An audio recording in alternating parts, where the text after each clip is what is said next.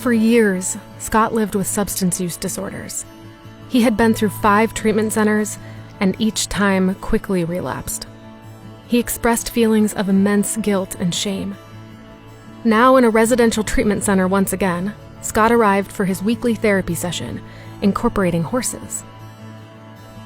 As an exercise that day, the professionals gestured to the field with horses and invited Scott to imagine how it might feel to step into his recovery. Scott scoffed in frustration.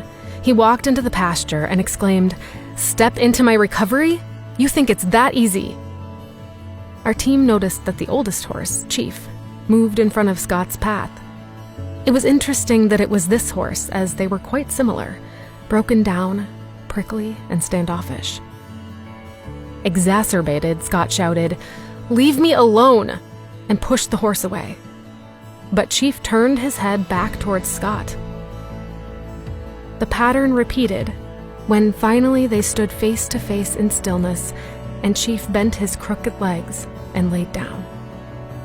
Finally surrendering, Scott sat back to back with Chief, each supporting the other.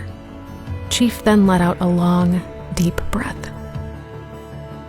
As tears began to roll down Scott's face, it was clear there was deep healing going on. We could all feel the change in the air. Scott and Chief sat there in silence, supporting one another.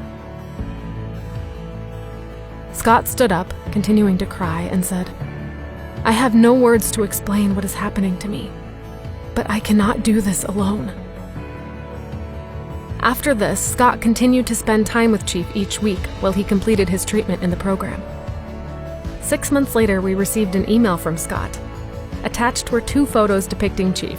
The first, a picture of Scott's new tattoo. The other, a watercolor painting. Constant reminders of how he surrendered emotionally in a way he never had before.